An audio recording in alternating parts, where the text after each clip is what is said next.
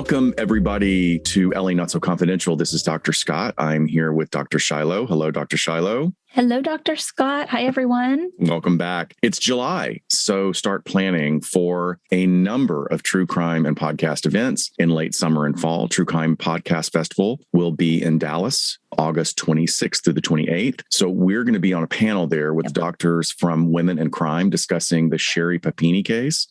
Savannah Crime Expo will be on September 10th, and we will also have a booth there. And lastly, we will be attending the Pacific Northwest True Crime Festival on October 8th and 9th, and we will have a presentation there as well. Right now, it's to be announced by the event as to what our topic is going to be, but we will be feeding you the information and filling you in on that topic pretty soon. Yes, it's going to be a good one. I can say that. And we're looking forward to going to another inaugural event. It's exciting, yeah.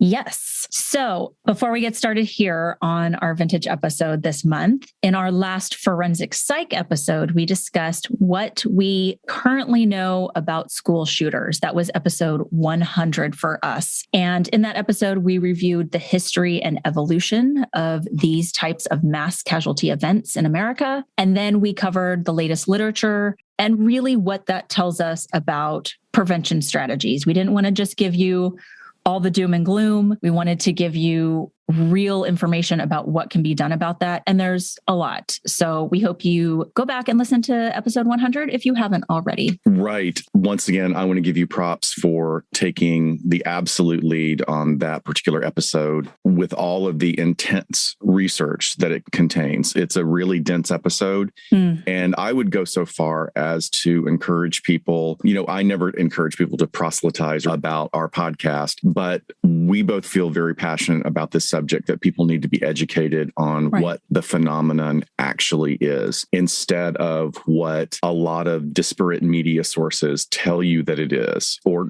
don't tell you what it is. Educate yourself. We like to consider ourselves researchers that put our most important efforts into educating about important subjects, and this is one of them. So please take a minute to listen. And if you feel like there's an educator that you know or a school person that you know that would benefit from listening to it, please just send them a link. We'd appreciate it. Absolutely. And there's plenty of other resources in there to point them towards. So today we are talking about the Sphinx murder. And here I go, bringing us back to Pasadena again already. Sorry.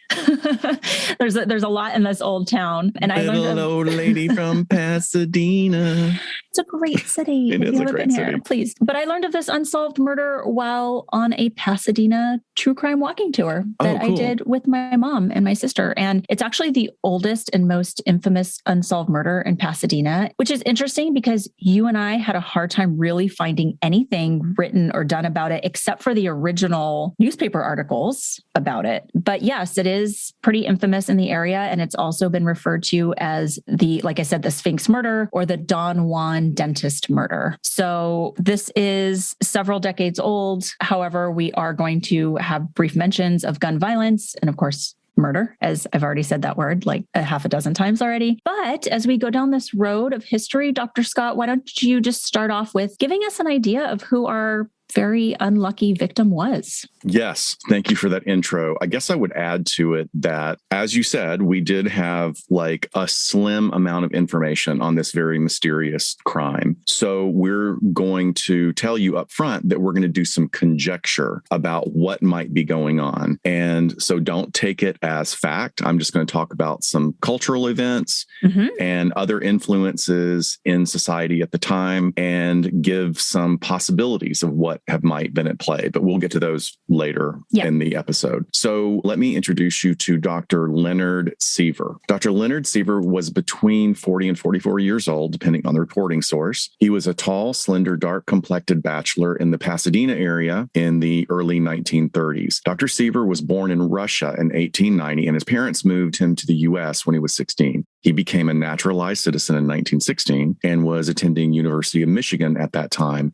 After moving to Southern California, he earned his doctorate in dentistry at USC, very famous dentistry program, even back then, continues to be to this day. He operated an aesthetic dental practice on Madison Avenue, right in what is now known as Old Town Pasadena. This is a really important thing to remember at the time. An aesthetic dental practice would mean that his patients were only the rich because you could not afford aesthetic dental. You couldn't afford braces. You couldn't afford to have anything done to your teeth unless you had a lot of money. It was very expensive back then. In the 1930s, especially. Absolutely. And not the greatest technology either for doing a lot. But what is reported is that he lived pretty modestly. He rented a room from a wealthy doctor. And what we do know, which is very much a part of his profile and background, is that he was very well dressed, not overly lavish, but always very well put together, ate in moderately priced restaurants. Yeah, I just love the details that we get from old newspapers, like the old timiness of,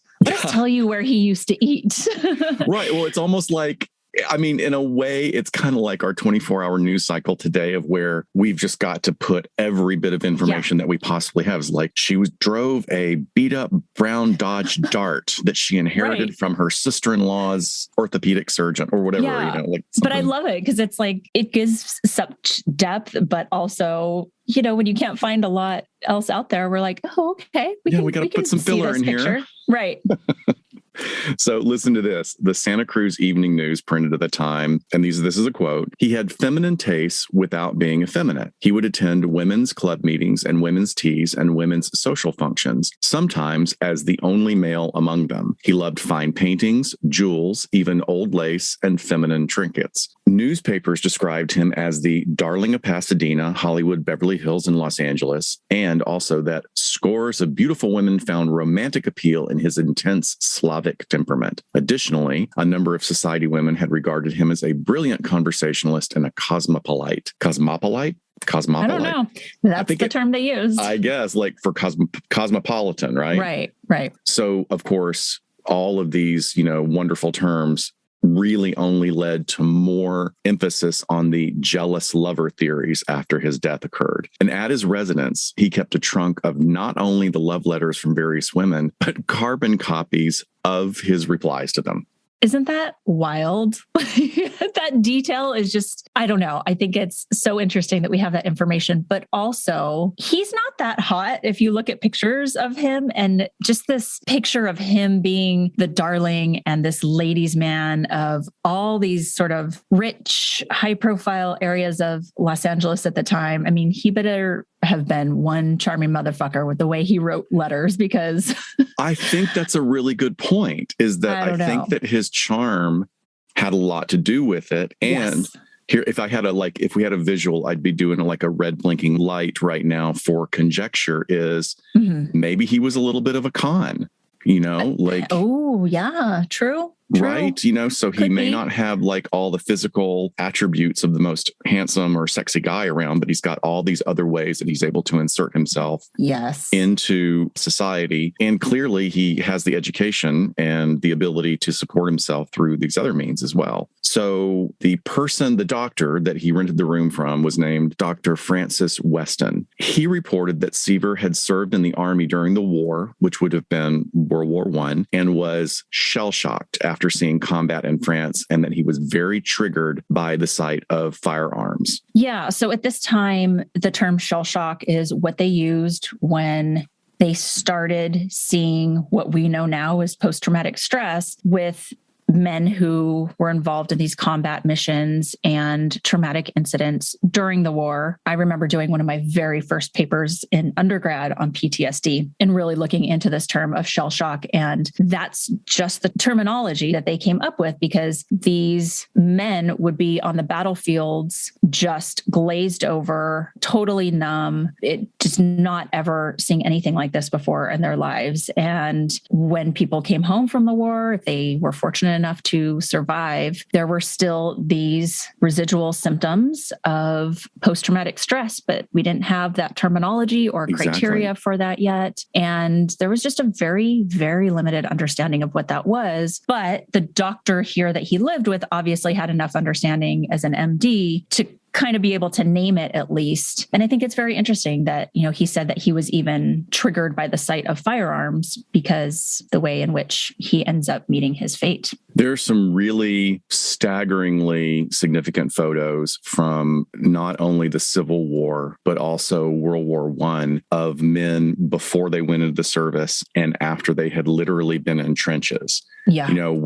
Like war is clearly always going to be bloody and brutal. But back then, just men being catatonic in trenches for weeks at a time while the wars raged on around them was not an uncommon thing, but there was no understanding for it. In fact, Hollywood actually played a very big role in conceptualizing that for the movie going public. There were several movies that came out after World War II that explained why some of these veterans were coming back and immediately becoming hardcore alcoholics because they were trying to self-medicate, or they were hiding in the basement, hiding in the attic, and just not reintegrating into society because they couldn't. But so we're talking about something that's been significant for a long time, but only slowly came into understanding within the general population. So Weston also noted that Seaver was a member of the Masonic Lodge and was preparing to get a law degree at Harvard, always had a book under his arm, and he was studying quietly at home. So this is really fascinating. We've got a picture that is not just one thing of this playboy about town, but also a very studious man that was, maybe a polymath, a well-rounded, somebody who is interested in a lot of things, but definitely presenting a different side to different people that he was around. He was regarded really as one of the leading younger professional men in the area, and he was well integrated into exclusive society circles, and he was a big supporter of the arts. He even founded the Artist Students Endowment, an organization for the encouragement of young artists through scholarship awards that he provided, as well as playing the violin. Himself.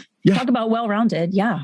So it even adds more to this mystery that persists to this day, despite an intensive investigation that included the interrogation of at least 700 young men in the area. Wow. That's a lot of police work for back in the 30s. Yeah. Well, so let's talk about what happened to Dr. Seaver. And here's what we know. In the early morning hours of December 13th, 1933, a delivery milkman made his way into the parking area of the Scottish Rite Cathedral, which is located at 150 North Madison Avenue in Pasadena. And he spotted what he thought was a drunk transient lying in the parking lot. But as he got closer, he saw the pools of blood and realized that it was something more serious. So he immediately called Pasadena Police Department to the gruesome scene upon discovery of the body. And that was Dr. Leonard Seaver. He was the deceased victim. He suffered 2 bullet wounds, one to the back of his head and one to the chest. And he was found lying next to his automobile, and a curious note lay on top of his body. The note read, 11:30 p.m. Tuesday, Rockwell. And that was it. Police were quick to discover that the doctor's wallet and watch were missing, but they really quickly regarded this as a stall on the part of the killer, really like an attempt to sort of disguise the tragedy as work of somebody who would be robbing him rather than what the motive actually was or what they came to suspect as the investigation went on. Initially, examination of the body led surgeons to the belief that the dentist was slain sometime between 11 p.m. and midnight, although a caretaker in the cathedral, Peter Bennett, said he heard no sounds of a struggle or the firing of a weapon. Further investigation of the scene noted a key in the door of his car, but had never been turned to unlock the bolt. So surgeons said that the killer apparently fired the first shot into the head of the victim from behind and sent another bullet into the chest after the doctor collapsed. Powder marks were present on both wounds, indicating close-range shots. And in the more extensive autopsy, the coroner speculated that the shot through the heart was actually fired 5 to 10 minutes after the initial headshot. Police hypothesized that the killer either walked to the car with the doctor or crept out of the shadows, surprising him. And the additional piece here, just given to environment, is that it had been pouring rain that night. So I think we've talked before about how rain, and especially here in Southern California, because we're not used to these huge downpours happening. When it happens, our sensory perception gets off and it could be really easy to sneak up on someone because of the sound of the rain. But essentially, because the key was in the car, they figured he had put it in the key in the keyhole and hadn't even yet turned it, and he was shot. A cursory investigation revealed no indication that the dentist's life had been in danger previously. There had been no meeting at the cathedral that night, and his offices were located about a block away. But this was his normal parking area since he was a member of the Scottish Rite, which we'll get into more. That's associated with the Masonic Lodge. And then his office was close by. So this was not an unusual place for his car to be parked. There was also a briefcase found beside the automobile, but it did not appear to have been tampered with at all. The straps were still fastened, although it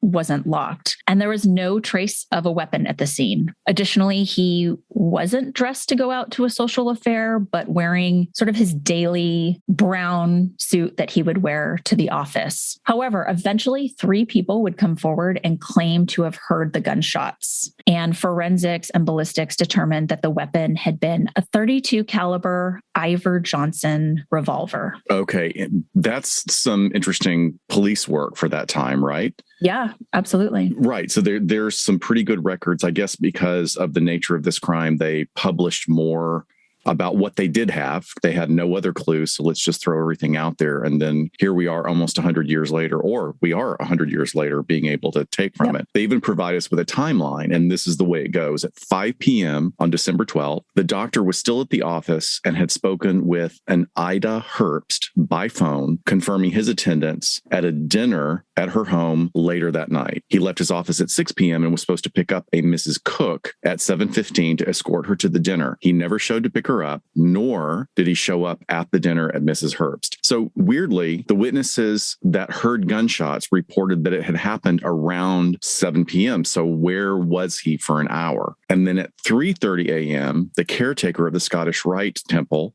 Mr. Bennett, said that he noticed Seaver's car in the parking lot. And then between 4:30 and 5 a.m., the milkman arrives and discovers the body. Yeah. So it's obvious that the initial coroner's determination of probably being around 11 p.m. that he was killed was wrong based on the gunshots and that he didn't show up to this dinner. Because you would think if he had gone to the dinner with Miss Cook and then maybe came back to the office for some reason, that would be maybe put him around 11 o'clock. But it seems like it happened much earlier. But still, you have kind of this missing window of time where his office staff reports him leaving at 5 and he left the office at 6, but never showed up for dinner or to pick her up at 7:15. So very curious, especially if someone had surprised him right when he went out. Did he go for a walk somewhere? Not likely because of the rain, I'm thinking, but who knows? People's times could be off too. Again, almost 100 years old, right? We're speculating here. So I just want to talk a little bit about the building of the Scottish Rite Cathedral because it sort of adds to the mystery of this crime. It's still standing and it is simply gorgeous. Like I mentioned, it's at 150 North Madison Avenue in Pasadena. So Seaver's office, again, was about a block away. This was his regular parking area. And because he was also a member of this Mason's temple, he was very familiar with this whole block in Pasadena. And the Scottish Rite Cathedral in Pasadena was built in 1925 in the zigzag modern style, which is one of the Art Deco style movements that you see a lot of in big cities that were up and coming in the 30s. Just gorgeous stuff. There's 2 Sphinx that line the entrance to the lodge. So there's stairs, and as you walk up the stairs, there's a Sphinx on either side of you. And this is where it adds to kind of the lore and the mystery, because people say, well, the Sphinx were really the only witnesses to Dr. Seaver's murder that rainy night in 1933. And you can still go see them today. Wow. Love that. Yeah. The architects were Joseph J. Blick and W.C. Crowell. And the building was dedicated at a ceremony on February 18th, 1925, attended by approximately 1,700 high-degree Masons and their families. It is complete with an auditorium, a stage. It has 90 different scenery drops for the events and for the productions that they put on. And the Rite, RITE, is a progressive series of degrees conferred by various Masonic organizations or bodies, each of which operates under the control of its own central authority. The Scottish Rite is one of the appendant bodies of Freemasonry that a Master Mason may join for further exposure to the principles of Freemasonry. And from what I gather on the website of the Pasadena Scottish Rite, it looks like you have to be a 32nd degree Mason to join. So it's still up and running as a Scottish Rite associated with Freemasonry to this day. Their website shows that it's very welcoming. You can do tours there. Just a really, really neat building. There are some wonderful masonry buildings all around the country. There's another one there in Pasadena that is a Masonic temple that is turned into a theater, which is really fantastic. It's become a theater complex for, it's not Open Fist. Over in the Arts District somewhere? It's over in the Arts District, and it's beautiful. I mean, it's beautiful inside and really designed to inspire a sense of awe when you go in. So it's really a great place for a theater. So we cannot take the risk on going too far down a rabbit hole on Masonry itself, because that is in itself a fascinating subject. But just for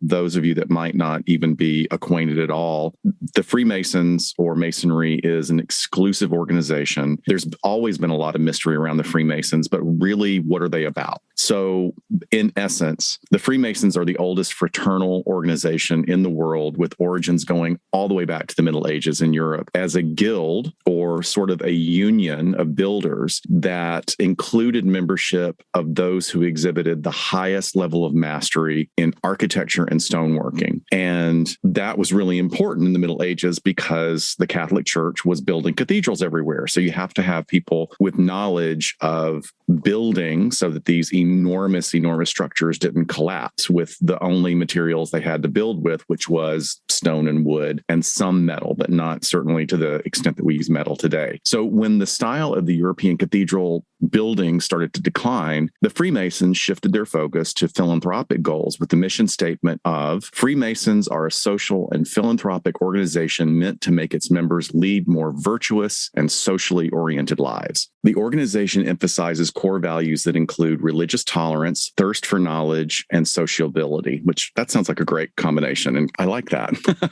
Even though it's not really the secret society that people have thought it to be for a long time, it does have secret passwords and rituals that originate with the medieval guild. They're very famous for their secret handshakes as well. So, fun fact, the Catholic Church to this day forbids members from being Freemasons. So even though it's not a religious organization and all of its members believe in what is called a supreme being or the grand architect of the universe, and the membership itself contains many faiths, the Catholic Church is the one that forbids membership because of the secret rituals performed within them, which is really ironic because of all this secret stuff that's going on at the Vatican and has been for calling the kettle black much. Yeah, exactly. So in the 19th century, the Pope declared the Masons the synagogue of Satan, going so far as to proclaim their principles have always been considered irreconcilable with the doctrine of the Church, and therefore membership in them remains forbidden. The faithful who enroll in Masonic associations are in a state of grave sin and may not receive Holy Communion. So sounds like the Vatican might just be a little bit jealous that the Masons continued to do philanthropic work around the world, maybe kind of hedging their influence. Yeah. I don't know. The Masons built wonderful meeting halls wherever they expanded, often using a lot of imagery from various historical cultures. And of course, the Sphinx represents an incarnation or a form of Ra Horakti, a form of the powerful Egyptian sun god who is the holder of royal power and the protector of temple doors. So we've got power, influence, and mystery here guarding the temple doors where the dead body was found. Yes. Well, thank you for not taking that too Da Vinci Code-ish for us today. I know, but there's a lot of conspiracy theories about it. Definitely. So for the Scottish Rite in Pasadena, by 1930, the membership numbered around 1,400 or so members. And after the decline experienced during the Great Depression, membership climbed again. And on December 11th, 1945, they celebrated their 50th anniversary with about 1,700 members. But by the end of 1950, they had about 2,600 members. And by the 60th birthday in 1955, membership had doubled in one decade. So in 1957, the first major remodeling of this building got underway. And in 1959, authorization was obtained to purchase more property for expansion. The membership had grown to nearly 4,000 at that time. And in 1961, a new entrance and vestibule was constructed leading from the north parking lot directly into the banquet hall. It followed an Egyptian motif with terrazzo floor and appropriate furnishings. A new Scottish Rite Museum was also authorized, so you can visit that. And from comparing crime scene photographs to the actual building, because I went back over there last month to go check it out, it appears that Dr. Seaver's car was parked on the north side of the building, just from how the windows are and what I could find with the limited crime scene photos, because they weren't really pulled back too much. There's now basically, parking lots all around the building for the businesses behind and next to, but you can still go there and check it out and see the area where this doctor had his last moments. But just a really cool place. It's one of those things you don't know of because it's on a quieter street in the Old Town area, and you drive by and you're like, whoa, what is that cool building? And who knew that it had all this history attached to it? Yeah. So fascinating stuff. And going back to the bit of investigative information that we have, Detective Lieutenant Harry Thomas was the investigator assigned to the case from Pasadena Police Department. But the Los Angeles District Attorney Chief Investigator, Blaney Matthews, also helped out, handling many of the interviews, probably because of the high profile and wealthy circles in which Seaver ran. Yeah. So, I want people to put a pin in that, because we're going to talk about a really interesting suspect description that Mr. Matthews gives us, which, talk about conjecture, but it's almost as if he's playing FBI profiler. However, there's this homicide that happens in someone who runs around in these wealthy, high profile circles. So it's a high profile case by nature. And I'm sure the wealthy residents of Pasadena didn't want to think that there was a murderer on the loose for too long. So again, this is 1930s. We kind of have the idea in our head of what detectives and police work was like just from noir media and entertainment. But as we've covered in other vintage episodes, not terribly sophisticated. It was a lot of just the hit in the streets and interviewing people and gathering intel. Of course, we know forensics wasn't great. It was okay. And there's some forensics that come into this. But I think with the high profile nature of the case, but also probably the limited resources of Pasadena Police Department, which is an average size police department nowadays, but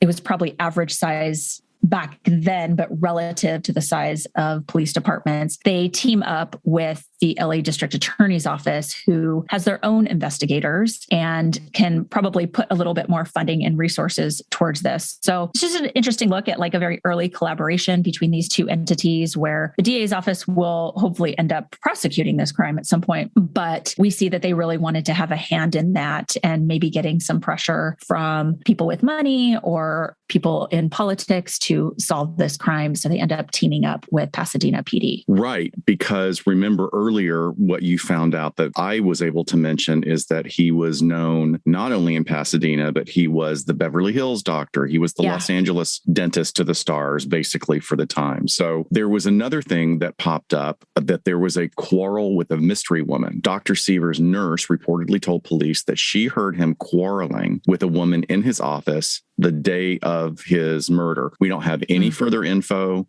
and we don't know if it's the same woman that we're about to talk about in this next point. So again, I want to be really upfront with what we don't know, and then what we move forward with conjecture. So a 1933 LA Times article reported that a brunette woman held an excited, whispered conversation with Seaver in his inner office around 6 p.m. on the night of his death. So already we're starting to see this collapse of our time frame that we already know. So they're putting things together if we can trust this 100-year-old information. The witness, which was the elevator operator in his building, fun fact, that was what I wanted to be when I was a little kid growing up, because there was one building in my hometown that still had an elevator operator in a really fancy outfit. Oh my gosh. For like an 8-story building. It was like crazy. And you get to overhear everyone's conversations and excited whispers. Right. Excited whispers. You're such a gossiper. That's why you wanted to do it.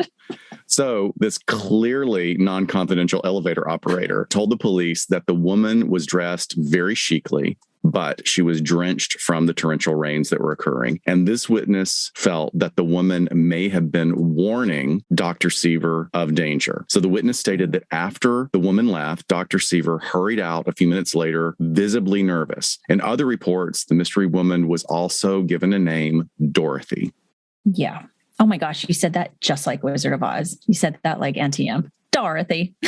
Dorothy. Yeah. So we have a little bit of maybe intel about what was going on before, a little bit about how he was acting, and maybe he got some disturbing information, or at least like it felt like he had to hurry out of there, possibly. So later in December 18th, 1933, an arrest is actually made. And the person who was arrested was a bellboy, but he was also the son of the Scottish Rite caretaker, Mr. Bennett, that we mentioned before. And he was arrested after he was found in possession of a .32 caliber revolver. However, ballistics ends up ruling that weapon out. So ballistics was at a point where they could at least look at the striations and the markings on the actual murder bullet and compare that to the weapon and say, nope, it's not this one. I'm sure lots of people owned .32 caliber revolvers back then, but I'm sure they felt the connection was just close. However, in later December 1933, the DA investigator Matthews conducts several comprehensive interviews of witnesses, men, and many, many women connected to Seaver. After this, he stated that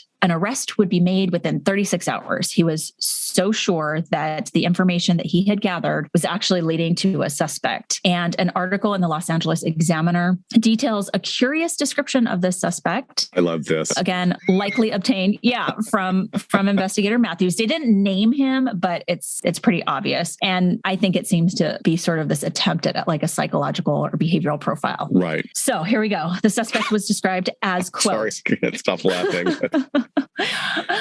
Are you going to like toil your mustache? If I had one, I'd be twirling it right now. The perfect villain. This suspect is believed to be a dope addict who has flown into frenzies, apparently under the influence of morphine or some other narcotic. He has an analytical mind and possesses a native cunning that might be turned into diabolical shrewdness. End quote. The article goes on to say that he is also, quote, intelligent and suave, a victor in many a battle of wits. I know. I think of like Princess Bride right now. I know. It's so over the top. But wait, finish it. You got to finish it. Okay. Sorry. He's able to disguise his suspected dope addiction. The man is a dabbler in criminology. Interesting, right? Like, okay. But it's so all over the place, right? You're out of control, but he's very shrewd. Yeah. Yes. He knows it's almost like we don't really have anything, so we're going to say this guy's really smart and it has a knowledge of criminology and is a dope invading addict. us.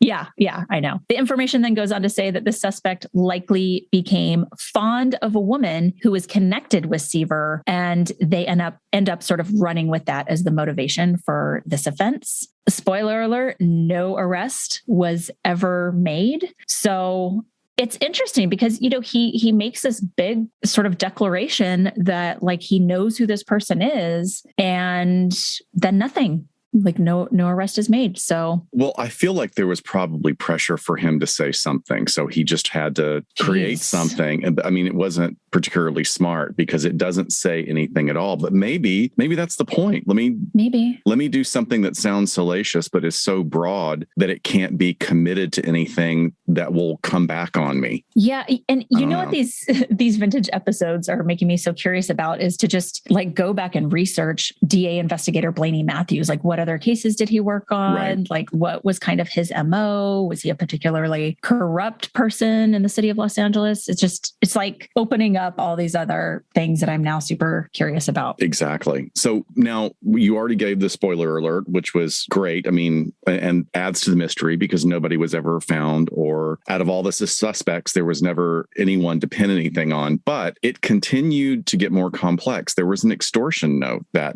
emerged in early January 1934. A package was delivered to a Mrs. Cook's former residence, addressed to her, because the mailman knew of the address change and had brought it to the correct location, even though the old address was written on it. So remember, the night he died, Dr. Seaver had planned to attend a dinner with Mrs. Cook on Pasadena's Millionaires Row, which there was a lot of money in Pasadena at that time. There is still a lot of money there. There is a lot of old California money that is still in Pasadena. And this area is where Jack Parsons also had his mansion that was mentioned in our previous Devil's Gate episode. Oh, the sex occult mansion. I know, exactly. She wasn't home. So her father, who had opened the door and received the package, opened it up. The package contained a note and the wristwatch belonging to Dr. Seaver that supposedly had been removed during or after his murder. The note demanded $5,000, which would have been a huge amount of money at the time, and was likely scrawled with like a non-dominant hand in an attempt to sort of disguise the letter writer's penmanship. And here's the quote from the letter.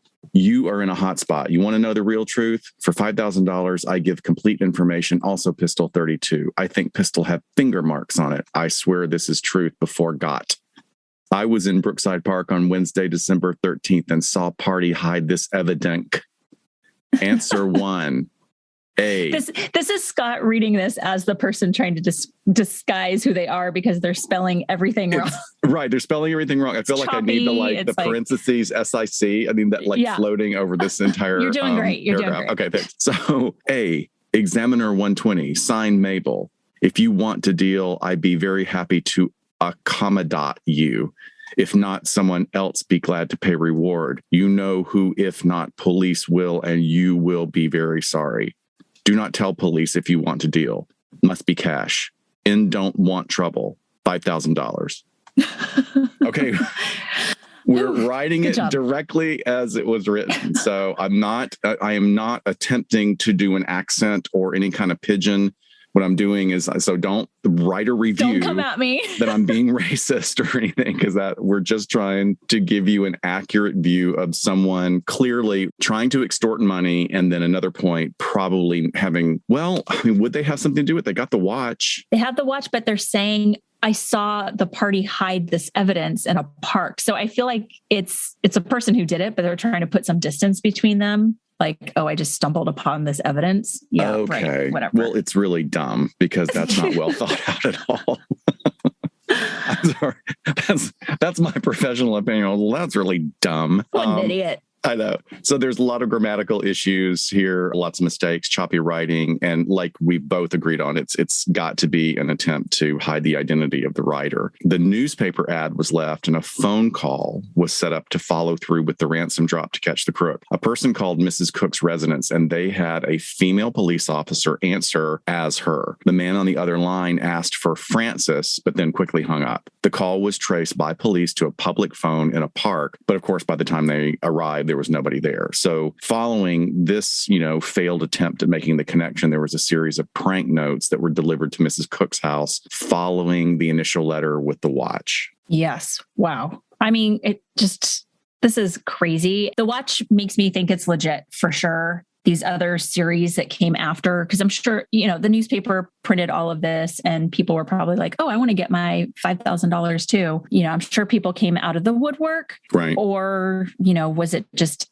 I don't know. I think sometimes notes can be written off as pranks when maybe they're not. Just at this time, we have so many old vintage crimes where ransom notes and different notes to the newspaper and police were written. So who knows? But interesting. Yeah. It seems to imply that the person who committed the crime, or at least the person who is delivering the watch, has at least some information and enough information to think that they can extort that family. Or maybe there actually is a real reason. Maybe there is. But it could also just be some thug that came up and attempted to mug him and, took the watch and then realized like, oh shit, I can't fence this. This is a really expensive watch. They're going to know who did it. And then follows the news for a couple of days. And builds out a story around that. Again, conjecture. I'm just saying it might be something that could have happened. Yeah. Oh my God. Yeah. It might be something that could have happened.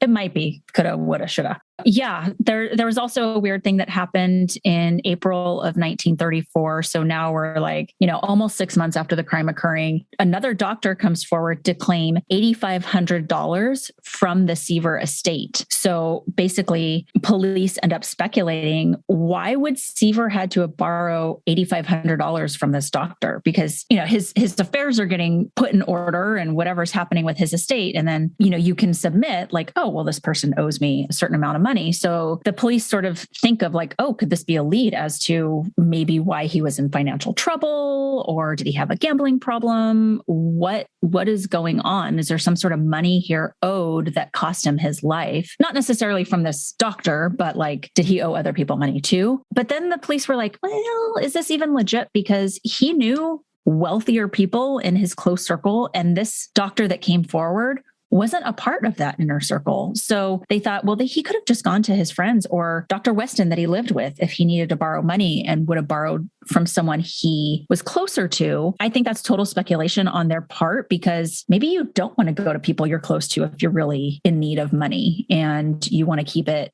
more low key. So I don't know what to make of this. Other reports said that his business actually wasn't that lucrative, and he was spending a substantial amount of money to remain kind of in these high profile social circles. So, going back to what you were saying about this type of dentistry practice, I wonder if in 1933, being that it was a luxury service, if even for wealthy people, it was too much of a luxury service. So business wasn't even that great for him, but he still had to sort of keep up this lifestyle. But nothing really came of this doctor coming forward to claim this money. There wasn't even mention of like who he was or the police flushing out this as a lead. But I thought it was interesting to look at this aspect of, could this be a reason for the crime? A motive for the crime was that, he just wasn't great with money at this time in his life. I love that you found that. And I am right on board with that area of inquiry, because what it makes me want, instead of the lieutenant trying to do a profile on the supposed perpetrator of the murder, why not an actual profile on Seaver himself? Maybe there is a little bit of a con going on. Maybe he is sort of this Don Juan or Lothario that is sort of a talented Mr. Ripley type of character that has fooled all these people and has a good publicist, or knows how to publicize himself as the premier aesthetic dentist to Beverly Hills, which is,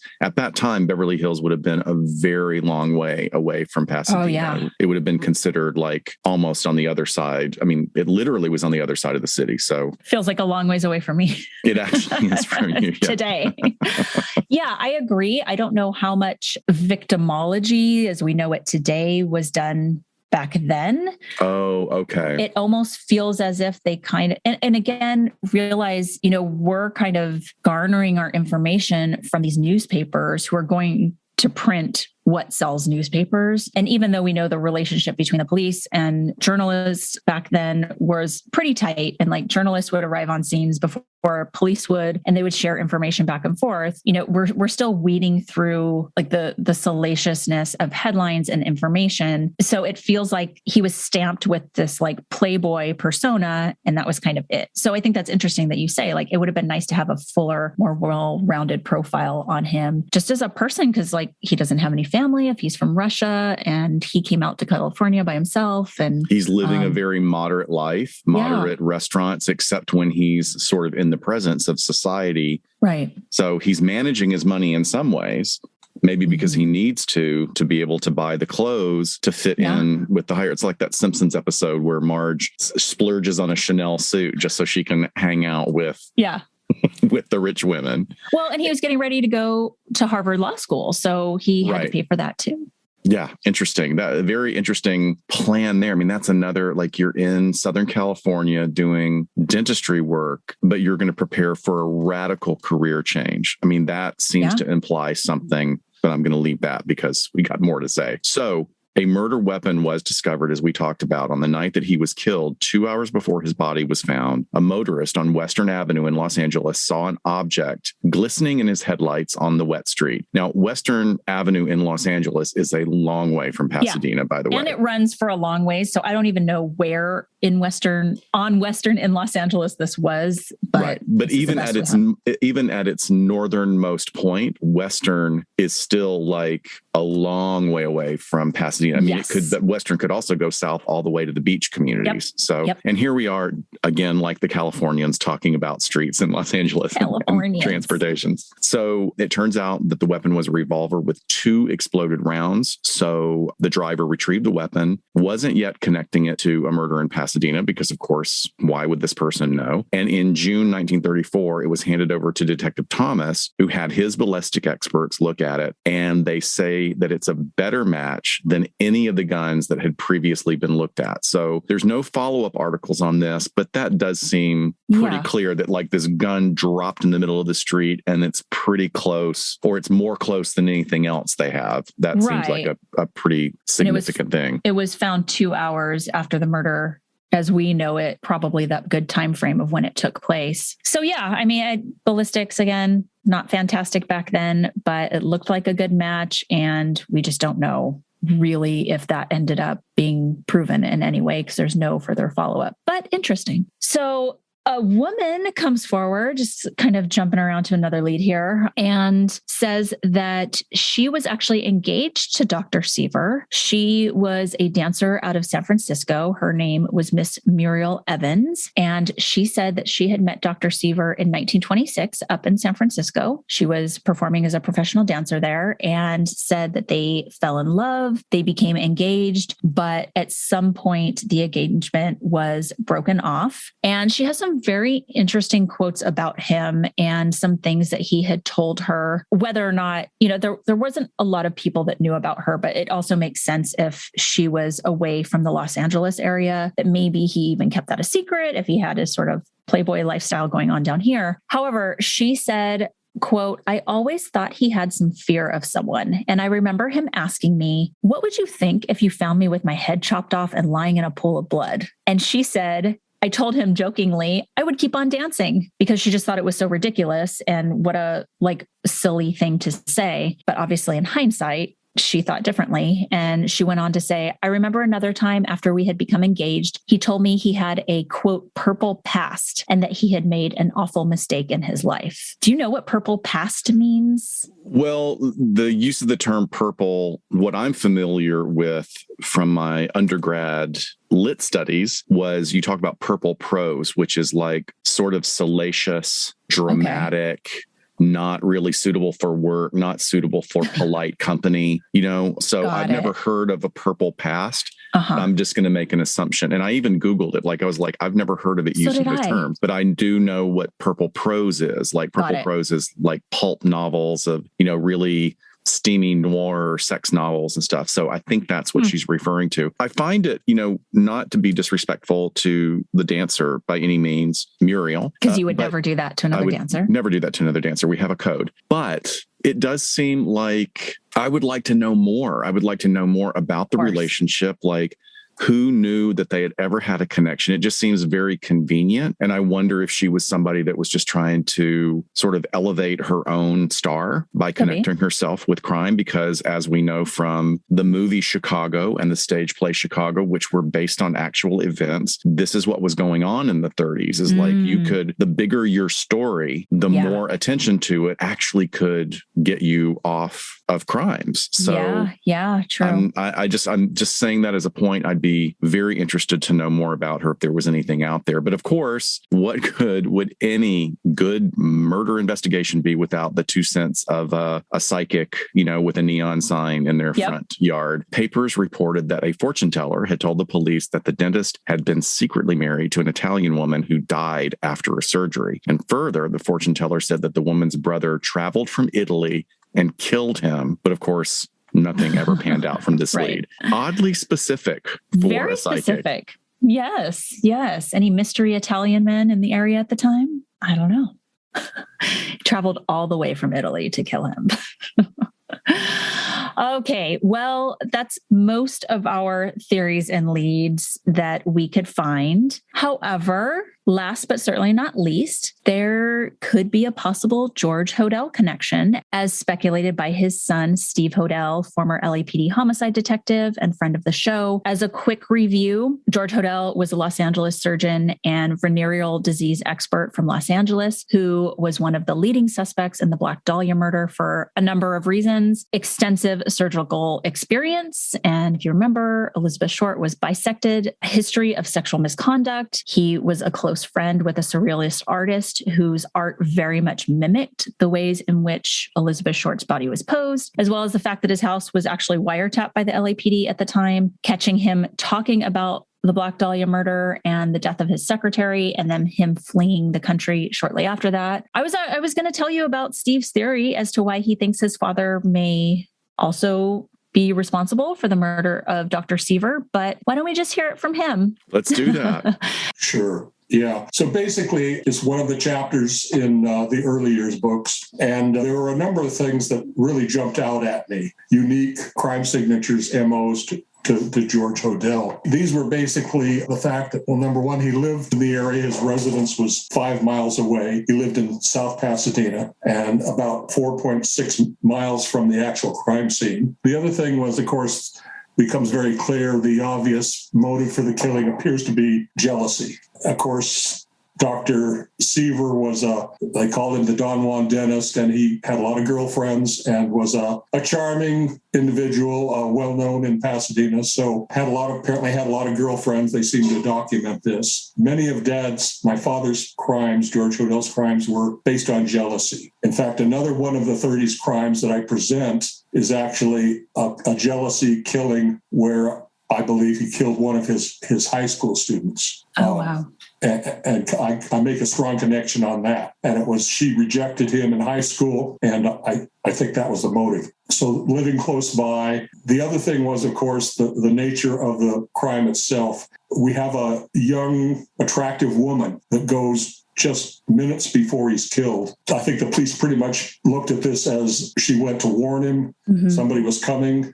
Somebody was upset. And we have a description of that woman, which very much fits the person Dad was dating at the time, which was my mother, Dorothy Harvey. She had just broken up. She had been married to John Huston for 7 years, broke up with him, came back and hooked back up with George. The description given by the witness, I think it was a secretary at Dr. Seaver's office, was, I think, 30-ish, early 30s, dark hair. But the thing that she mentioned the most was a really good looker as far as a dresser. Right, dressed very chic. Yes, very chic dresser. Uh-huh. And of course, one of the things my mom was that, tremendously chic dresser. I think that Houston, one of his complaints in the divorce was that she was spending lavish amounts of money on clothing. Mm. So, of course, that rang a bell, too. And just the whole description of her fit perfectly. Now, I'm not saying it was Mother. It could have been any woman, but it certainly fits Mom. Then we get into the crime itself, and the suspect actually sends letters in.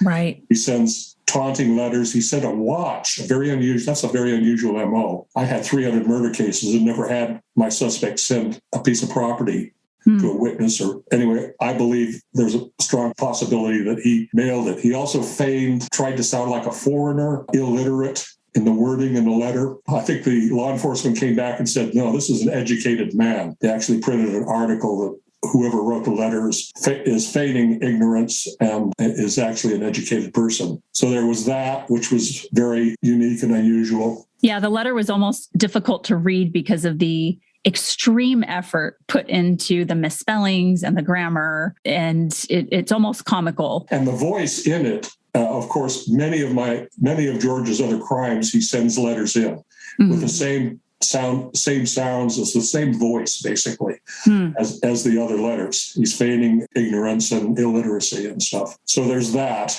And then there was a Dr. Wagner who was a witness. And I think he had his office in the same building. We're not really sure how much he knew, if he knew anything, but he was considered a witness. A strange occurrence happens where he takes an actress, Dorothy Dell, to a party, and they're coming back, and they have an accident, and they're both killed in the accident. Well, in another one of my father's crimes that I lay out, the star witness is actually killed in an accident, and many suspect that he was run off the road and the car overturned and killed him. And he was a very important witness in one of the other crimes I attribute to George Hodel. So there's that. And some said in the Seaver thing that was suspicious, that there may have been foul play there. So we have that. But probably the most important linkage to my mind was an article that appeared describing the perfect villain. And this really jumped out at me. Yes, this is the article that they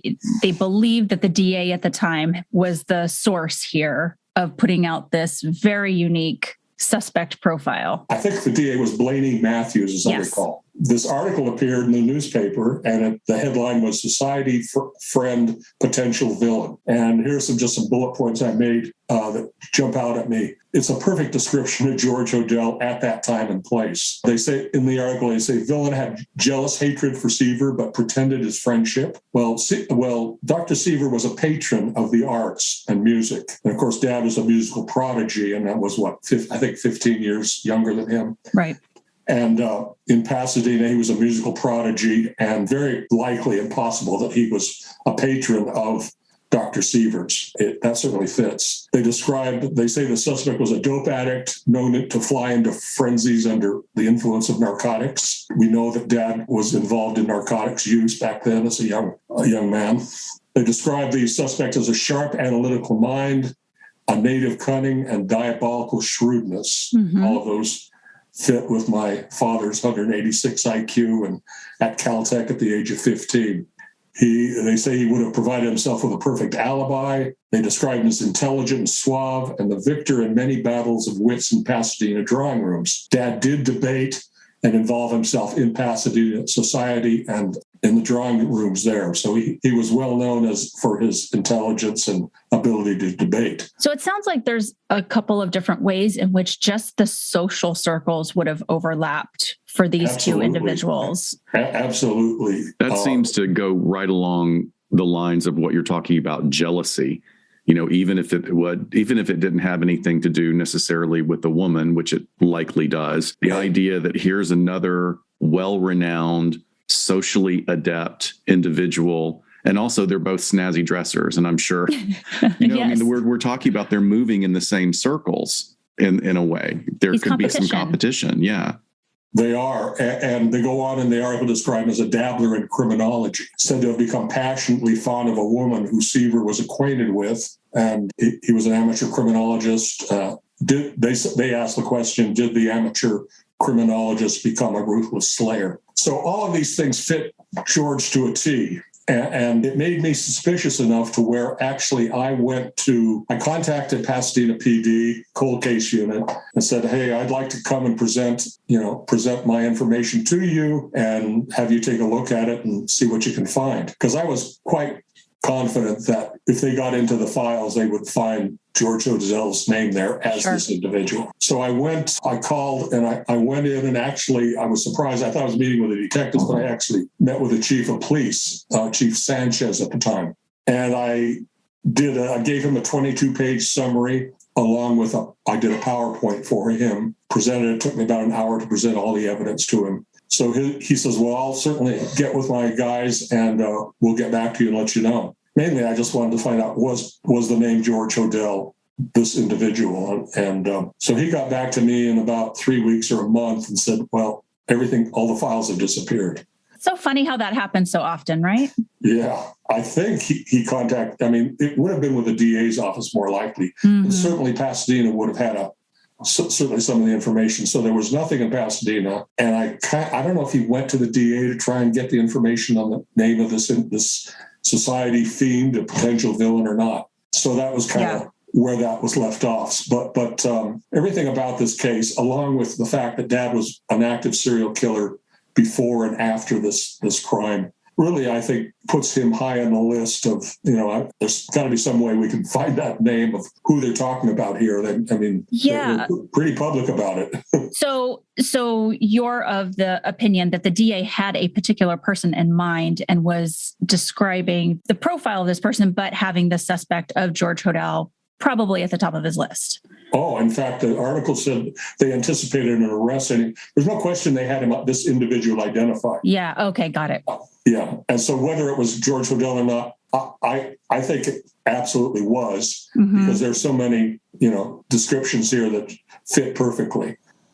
So that's amazing stuff always to hear from him, from somebody that has such an absolute integral understanding of Los Angeles history from his own personal life. It's just very valuable. Yeah. So thank you for putting that together. Yeah, the amount of research and investigation that man does is just unmatched, no matter what you think. Yeah, so I completely agree. Yeah. So I wanted to actually kind of go off on a tangent before we close on this episode of this mystery. And I wanted to say something that I don't know if it necessarily plays any part in this. We'll probably never know unless some trove of evidence suddenly emerges in the next 50 years or whatever. But there is some interesting things that just kept popping up about Patricia Highsmith. If any of you are familiar with the Patricia Highsmith novels about the talented Mr. Ripley, wonderfully played by Matt Damon in a movie, and now as a series that is coming out about a con man who has a lot of intrinsic characterological issues that span the entire axis to diagnostic criteria, who starts to murder in order to support his lifestyle, to be able to keep up this view of himself presented as someone who is very wealthy. And I'm not saying that Seaver, because we'll never know if Seaver was involved in any of these things, but there is something about Dr. Seaver's style that I think is very interesting and reflective of what was going on in society at the time. So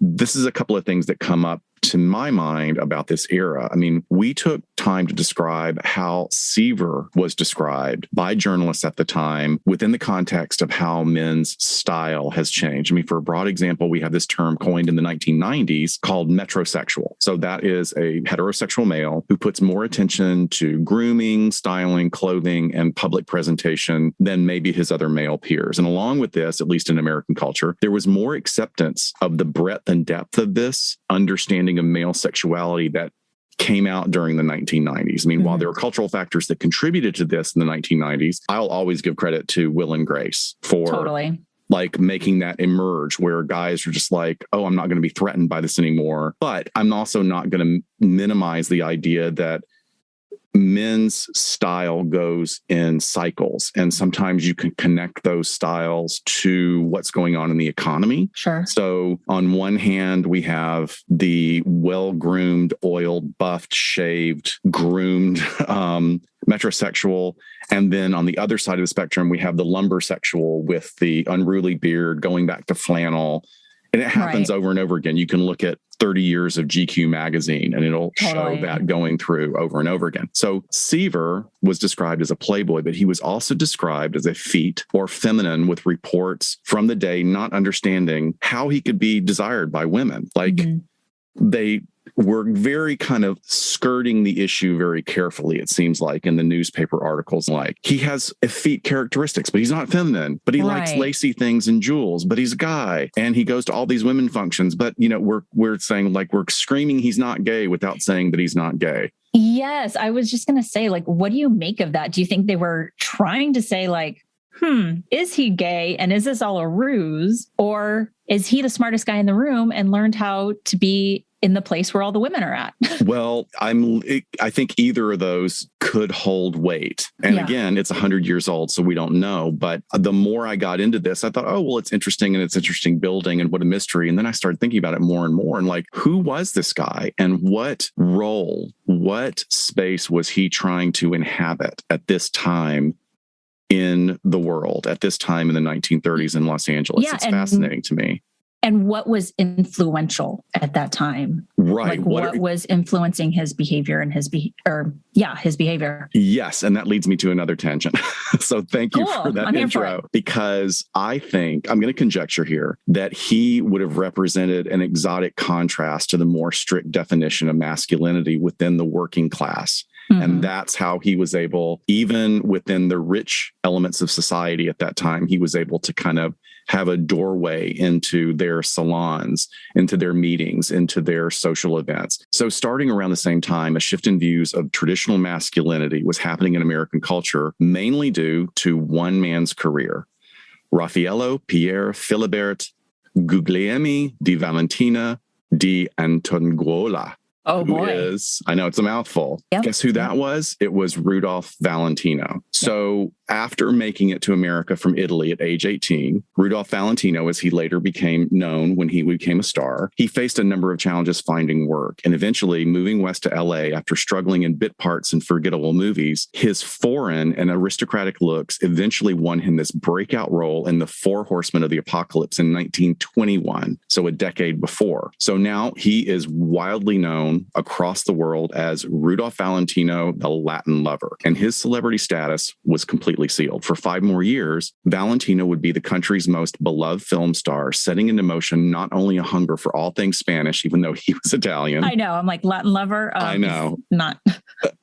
But it influenced all these areas of men's culture in America. So now men were wearing shirts that would have been considered dandified. They were wearing ties and coats made of fabrics that were colors that would have previously been considered effeminate for a man to wear. So remember, at this time, style and fashion, particularly for men, traveled really slowly. So the more styled and colorful influence of the dress of Southern Italy was really far from the mainstream in America. So because Valentino's taste never really adjusted to American sensibilities completely, he became an icon and a significant influencer of this time for fashion and for grooming. While his masculinity was often questioned by the other male film stars and a few female film stars as well, his persona and seductive style were adored by women. He had a clear connection to European clothing. Most of his clothing was now being made custom in London and shipped over. He would get this criticism of being effeminate in his style, focusing on things like his love of fabrics, his love of jewelry. So I'm just saying that maybe he wasn't the first metrosexual, but he was definitely one of the most influential at a time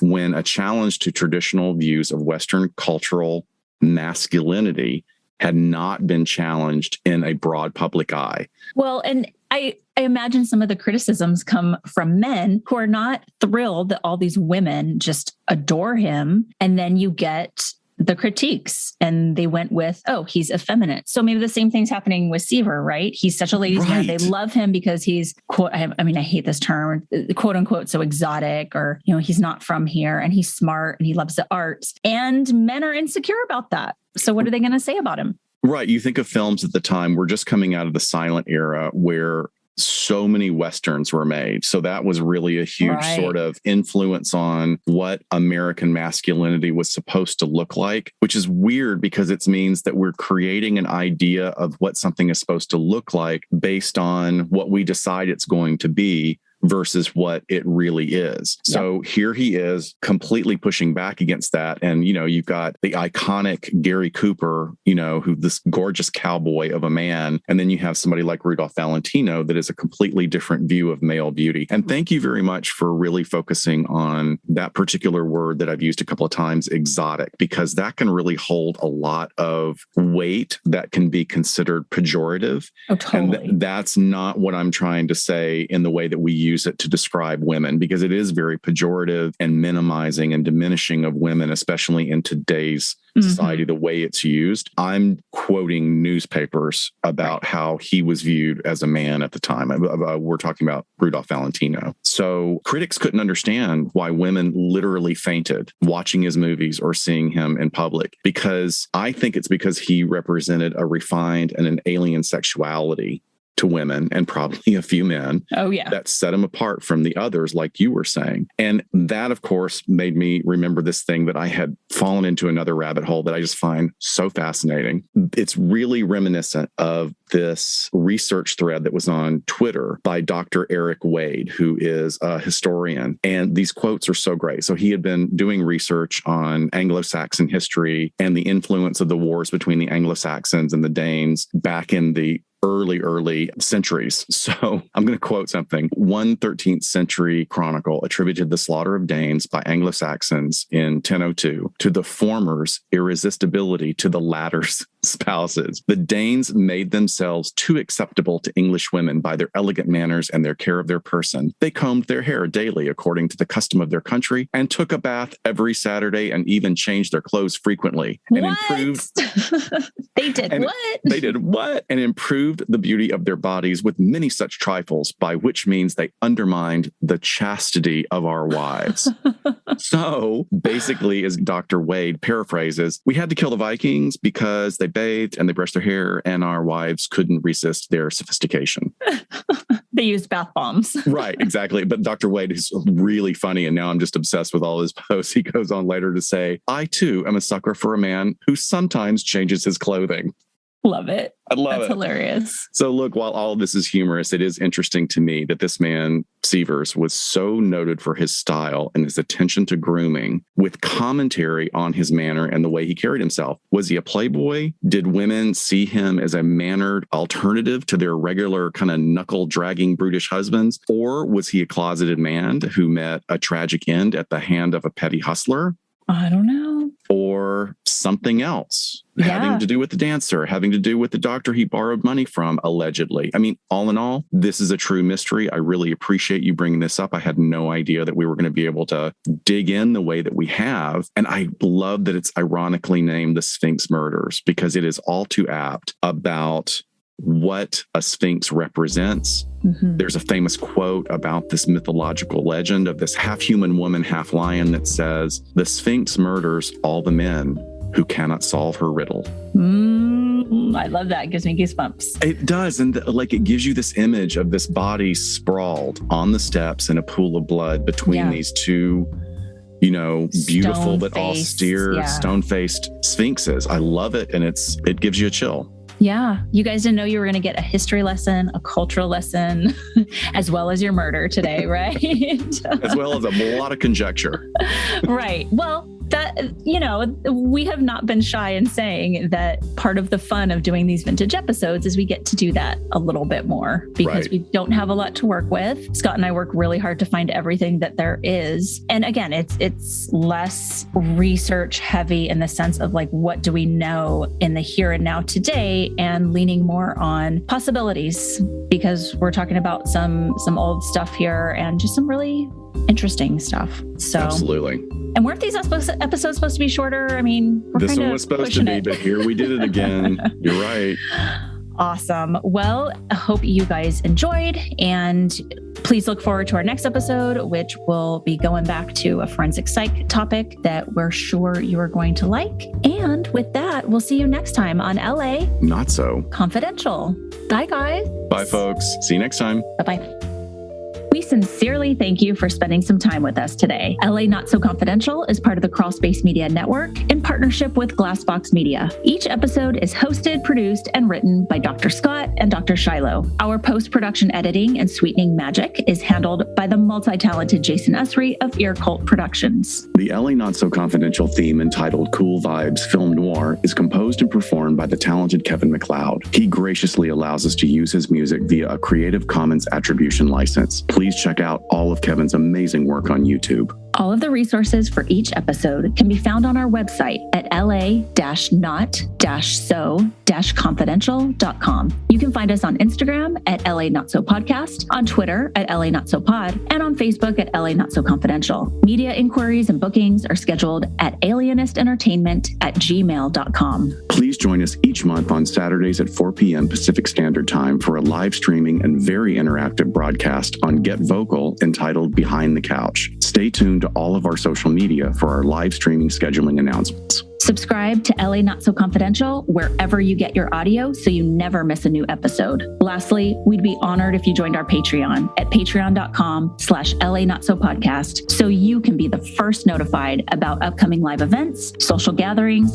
and super cool swag coming your way. Thanks for listening, and join us next time on LA Not So Confidential.